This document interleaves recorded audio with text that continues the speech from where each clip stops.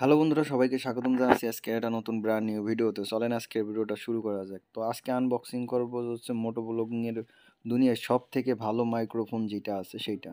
তো এটাকে বলা হয় এক্স মাইক প্রো প্লাস। তো এটা মূলত আপনার একটা অনলাইন থেকে কিনতে হয়, অথবা আপনারা চাইলে অফলাইন থেকেও কিনতে পারেন। তো এটা হচ্ছে যে আপনাদের অটোমোটো যে ইয়াটা আছে, ওয়েবসাইটটা আছে, অথবা ওদের যে দোকান আছে, আপনারা ওইখান থেকে কিনতে পারেন। আমাদের এইখানে যেহেতু কোনো শপ ছিল না, এই কারণে আমাদের অনলাইন থেকে প্রোডাক্টটা অর্ডার দেওয়া লাগে। তো তার 2 দিন পরে আর কি মাইক্রোফোনটা আমি আমার হাতে পাই। তো ফার্স্ট টাইম আমি আনবক্সিং করতেছিলাম। তো ভেতরে কি কি আছে আমি নিজেও জানি না। তো ব্যাগটা খুব ভালো ছিল, অথবা তাদের ইসের ডিজাইনটা ভালো ছিল আর কি, যে খাপটা ছিল, খাপের ডিজাইনও ভালো ছিল আর কি। তো এটা খোলার পরে ভিতরে দেখা যাক কি কি আছে আর কি। অবভিয়াসলি ভাবে একটা মাইক্রোফোন থাকবে। ও, এটা একটা ইয়া দিছে আপনার, নয়েজ রিমুভার যে তুলিটা আছে ওইটা দিছে আর কি। তো এটা খুবই সফট, এবং হাতে নেওয়ার পরে খুবই আসে আর কি, ফিলটা খুব সুন্দর আসে আর কি।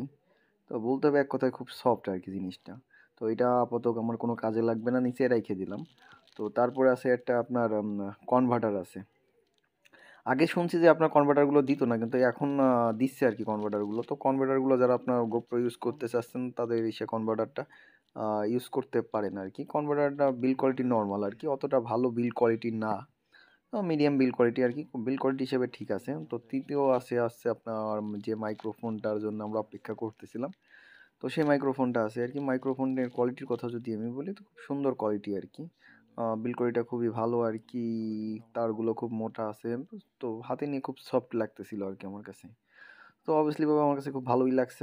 এখন সাউন্ড কোয়ালিটিটা কেমন এটা চেক করে দেখতে হবে।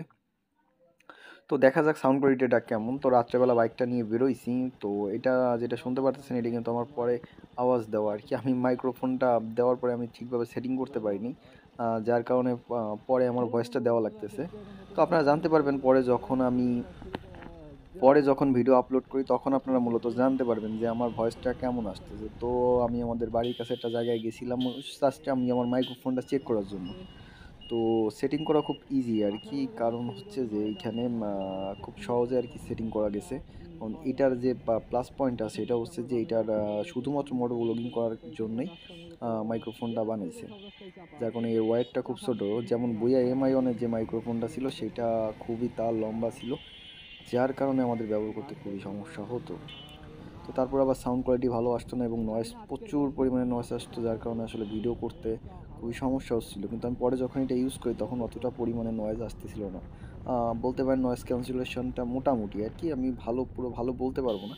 কিন্তু হ্যাঁ, যদি আপনার 10-এর মধ্যে কোনো রেটিং দিতে হয়, সেক্ষেত্রে দেখা যাচ্ছে যে 6.5-5 এরকম রেটিং দেওয়া যায় আর কি নয়েজ ক্যান্সেলেশনের ব্যাপারে। কিন্তু অত ভালো নয়েজ রিমুভ করে না, যেটা আপনারা আসলে আশা করেন। আর হচ্ছে যে যদি আমি মাইক্রোফোনের বিল কোয়ালিটির কথা বলি, সেক্ষেত্রে দেখা যাচ্ছে যে বিল কোয়ালিটিটাও ভালো। তো প্রাইস পড়ছে হচ্ছে আমার 1420 টাকায় মাইক্রোফোনটার।